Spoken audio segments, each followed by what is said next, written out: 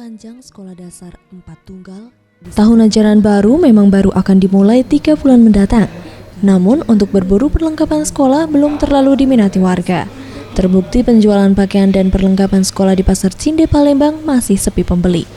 Salah satu penjual seragam sekolah, Rudi, yang ditemui Sabtu 9 April 2016 mengatakan, sampai saat ini penjualan seragam sekolah belum terlalu dilirik dan diprediksi puncak penjualan akan melonjak pada pertengahan tahun ini dan ditargetkan untuk penjualan seragam sekolah mencapai 800 setel.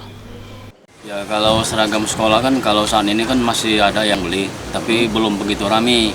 Soalnya kan ini belum masuk ajaran baru, tetapi tiap hari ada aja yang beli gitu.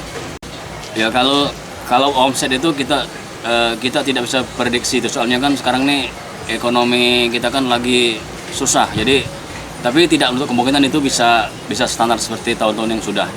Mungkin sekitar 800 sampai dengan 900 setel seluruh ukuran tuh, mulai dari SD sampai SMA sampai pembina itu. Untuk harga sendiri, seragam SD sampai tingkat atas dibuka dengan harga Rp80.000 sampai Rp140.000. Dengan harapan perekonomian di Palembang khususnya dapat menjadi lebih baik sehingga target di tahun 2016 penjualannya dapat tercapai. Gusti Putus Mertayasa, Sriwijaya TV.